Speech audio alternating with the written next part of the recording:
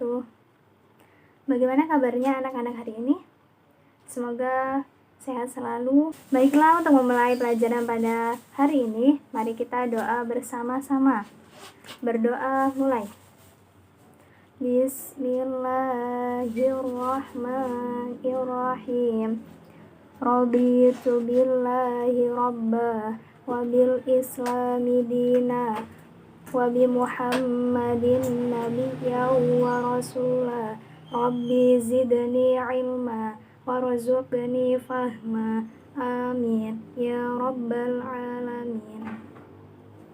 Jika ada yang tidak hadir, Ibu minta untuk dituliskan di lembar presensi dan nanti dikirimkan di LMS ataupun Google Classroom. Baik, sebelum Ibu mulai pembelajaran pada hari ini, terlebih dahulu kita menyanyikan lagu wajib nasional yang berjudul Garuda Pancasila. Mari kita nyanyikan bersama-sama. Anak-anak, perlu kalian ketahui bahwa setiap daulah pastilah memiliki tingkat kemajuan dan memiliki peradabannya masing-masing. Begitu pula dengan Daulah Abbasiyah yang memiliki banyak sekali peradaban yang sangat maju pada zamannya, sehingga masih tetap terjaga dan dipakai hingga pada masa ini. Ini Ibu akan memberikan sedikit motivasi untuk hari ini, yaitu jadilah seorang yang gigih dan bermanfaat untuk orang lain. Karena apa? Karena sebaik-baiknya manusia adalah manusia yang bermanfaat untuk orang lain. Begitu, sudah jelas anak-anak? Anak-anak, apakah sudah ada yang tahu hari ini kita akan membahas tentang materi apa? Belum tahu ya? Nah, pada hari ini kita akan membahas materi tentang peradaban Islam pada masa Daulah Abbasiyah. Adapun tujuan pembelajaran pada hari ini yaitu mampu mengklasifikasikan pengembangan peradaban dan ilmu pengetahuan pada masa Daulah Abbasiyah. Yang kedua, mampu menjabarkan keberhasilan pada masa Daulah Abbasiyah. Dan yang terakhir, mampu menyebutkan tokoh-tokoh ilmu pengetahuan pada masa Daulah Abbasiyah. Untuk memulai pembelajaran hari ini, Ibu minta kalian untuk mengamati video yang akan Ibu tayangkan setelah ini ya. Setelah kalian mengamati video yang tadi, Ibu akan bertanya kepada kalian, apa sajakah yang ada di dalam isi dari video tersebut. Nah, nanti jawabannya bisa ditulis di Google Classroom atau LMS atau yang lainnya. Nanti akan kita bahas setelah ini. Baiklah anak-anak, Ibu akan sedikit menjelaskan tentang materi pada hari ini, yaitu perkembangan peradaban dan ilmu pengetahuan pada masa Daulah Abbasiyah. Selama beberapa dekade pasca berdirinya pada tahun 132 Hijriah atau 750 Masehi, Daulah Abbasiyah berhasil melakukan pengawalan atas wilayah-wilayah yang mereka kuasai. Era kepemimpinan Khalifah kedua, yakni Abu Ja'far bin Abdullah bin Muhammad al-Mansur, menjadi titik yang cukup krusial dalam proses stabilisasi kekuasaan ini ketika ia mengambil langkah-langkah besar dalam sejarah kepemimpinannya, termasuk diantaranya adalah memindahkan ibu kota baru yang kemudian menjadi pusat kegiatan ekonomi, budaya, dan kegiatan keilmuan lainnya. Adapun selanjutnya, faktor kemajuan peradaban Daulah Abbasiyah. Yang pertama, faktor politik. 1. Pindahnya ibu kota negara dari Al-Anbar. Yang kedua, banyaknya cendekiawan yang diangkat menjadi pegawai pemerintah dan istana. Kemudian yang B, faktor sosiografi. Faktor sosiografi ini diantaranya yang pertama, meningkatnya kemakmuran umat Islam. Yang kedua, luasnya wilayah kekuasaan Islam menyebabkan banyak orang Romawi dan Persia yang masuk Islam dan kemudian menjadi Muslim yang taat. Yang ketiga, terjadinya asimilasi antara bangsa Arab dengan bangsa-bangsa yang lainnya. Yang kedua, adapun indikator kemajuan peradaban Daulah Abbasiyah.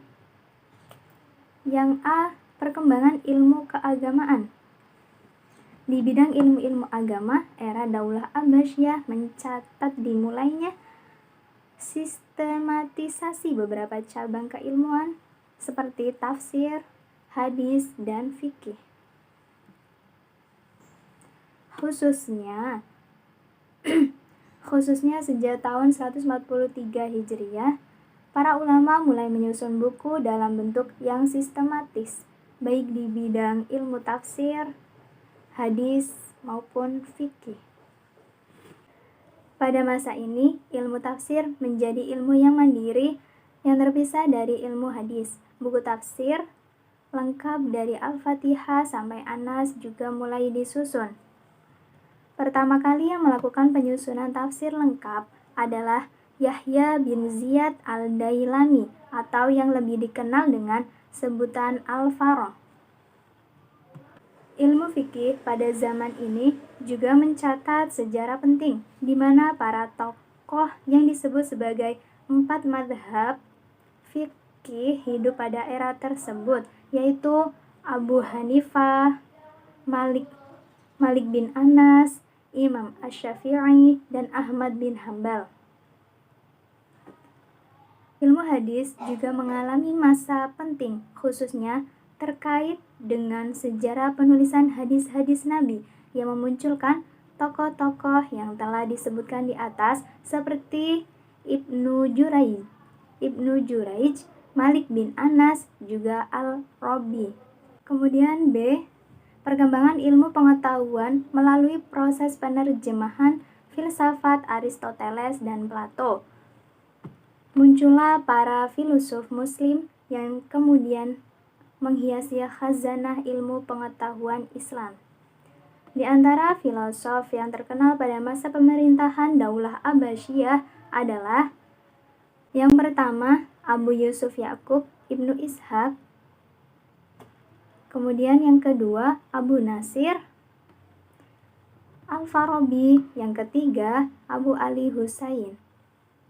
Adapun ilmuwan-ilmuwan muslim yang ahli dalam bidang ilmu kedokteran antara lain 1. Abu Ali Muhammad Al-Hasan. Yang kedua, Ibnu Sina. Tak kalah ketinggalan pula dalam bidang ilmu astronomi, banyak tokoh-tokoh yang lahir pada masa itu. Di antara tokoh astronomi Islam pertama adalah Muhammad bin Ibrahim bin Habib atau biasa dikenal Al-Fazari.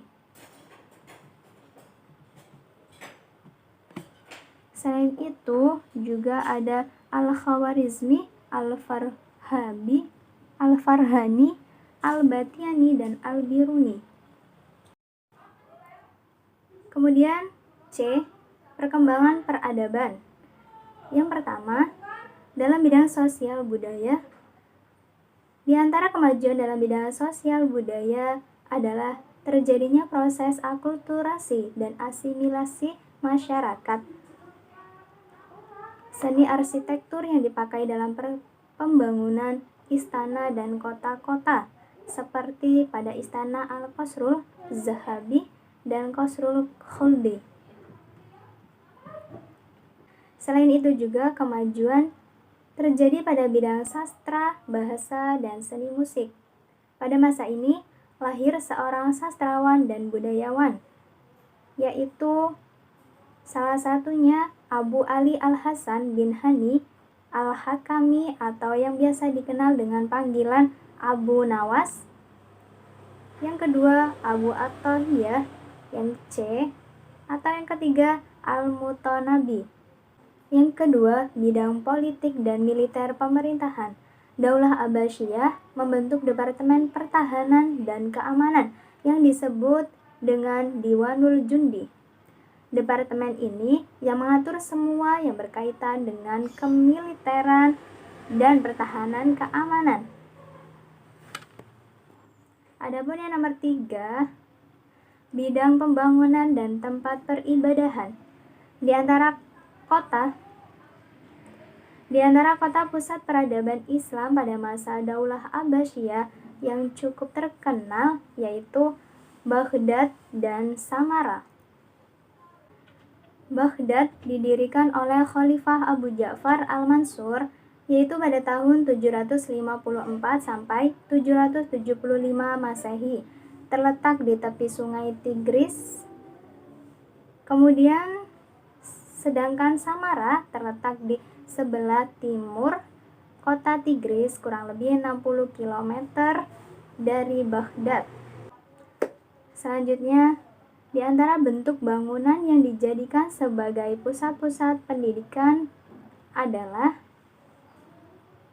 yang pertama yaitu madrasah atau yang biasa disebut dengan An-Nizamiyah, didirikan oleh Nizam al-Mulk. Beliau seorang perdana menteri pada tahun 456 sampai dengan 486 Hijriah. Yang kedua, Kutab, merupakan lembaga pendidikan tingkat dasar sampai menengah. Yang ketiga, masjid. Masjid pada umumnya dijadikan sebagai tempat belajar tingkat tinggi dan takhasus. Yang keempat, majelis munazarah, merupakan tempat pertemuan para pujangga, ahli fikir, dan sarjana untuk membahas masalah-masalah ilmiah. Majelis ini dapat dijumpai di kota-kota besar lainnya, tidak hanya di Baghdad saja. Selanjutnya nomor 5, Baitul Hikmah. Tempat ini merupakan perpustakaan pusat yang dibangun oleh Khalifah Harun ar-Rasyid dan dilanjutkan oleh Khalifah Al-Ma'mun. Nah, itulah tadi anak-anak penjelasan dari Ibu yang membahas tentang peradaban-peradaban yang ada pada Daulah Abbasiyah. Apabila ada yang ditanyakan atau kurang jelas, Ibu minta kalian untuk menulis di kolom komentar, atau kalian tulis di Google Classroom pertanyaan tersebut, dan besok atau pertemuan selanjutnya akan Ibu bahas pertanyaan itu. Setelah kalian menyimak penjelasan dari Ibu, kemudian Ibu minta kalian untuk mencatat materi ini lebih lanjut, yaitu pada buku paket, yaitu pada halaman 92 sampai dengan halaman 98. Nah, seperti itu. Kemudian Ibu minta pada kalian untuk kalian berpikir lebih lanjut lagi atau berpikir lebih kritis lagi, yaitu dengan kalian mempelajari lebih lanjut tentang tokoh-tokoh peradaban yaitu tokoh-tokoh peradaban pada Daulah Bani Abbasiyah. Selanjutnya, Ibu minta kepada kalian untuk mencatat tentang tokoh-tokoh ilmu pengetahuan pada masa Daulah Bani Abbasiyah. Kemudian, Ibu minta kalian untuk membuat peta konsep sekreatif mungkin. Nanti hasilnya bisa kalian kirimkan di Google Classroom kalian masing-masing. Kemudian akan dipresentasikan pada pertemuan yang akan datang. Baiklah, seperti itu kira-kira anak-anak dapat difahami dan dimengerti. Adapun kesimpulan pada pembelajaran hari ini yaitu yang pertama tentang faktor kemajuan peradaban Daulah Abbasiyah, yaitu karena faktor politik. Yang kedua, karena adanya faktor sosiografi. Selanjutnya yang C, perkembangan peradaban. Yang pertama dalam bidang sosial dan budaya. Dan yang kedua, dalam bidang politik dan militer pemerintahan. Dan yang ketiga, dalam bidang pembangunan dan tempat peribadahan. Nah, itulah tadi sedikit kesimpulan dari Ibu. Nah, untuk evaluasi pada hari ini, Ibu minta kalian mengerjakan evaluasi 1, yaitu pada halaman 93. Kalian kerjakan mulai dari nomor 1 sampai dengan nomor 10 ya anak-anak. Nanti hasilnya langsung dikumpulkan agar bisa Ibu nilai. Kalian kirim via Google Classroom saja. Kalian kumpulkan lewat via Google Classroom saja. Nanti hasilnya akan Ibu nilai. Kemudian setelah kalian melaksanakan evaluasi, jika kalian mendapatkan nilai di bawah KKM yaitu 7,5, maka kalian harus melaksanakan remedial. Nah, nanti teknis remedialnya akan Ibu informasikan segera. Bisa dimengerti anak-anak? Nah, anak-anak, untuk pertemuan minggu depan kita akan membahas tentang materi peradaban Islam Daulah Utsmani. Nah, untuk tugas kalian di rumah, Ibu minta kalian untuk mempelajari dan membacanya pada bab tersebut, yaitu pada halaman 110 sampai dengan halaman 115. Demikian pembelajaran pada hari ini. Banyak kesalahan, Ibu mohon maaf yang sebesar-besarnya. Marilah kita tutup pelajaran pada hari ini dengan bacaan hamdalah bersama. Alhamdulillahirabbil alamin. Wassalamualaikum warahmatullahi wabarakatuh.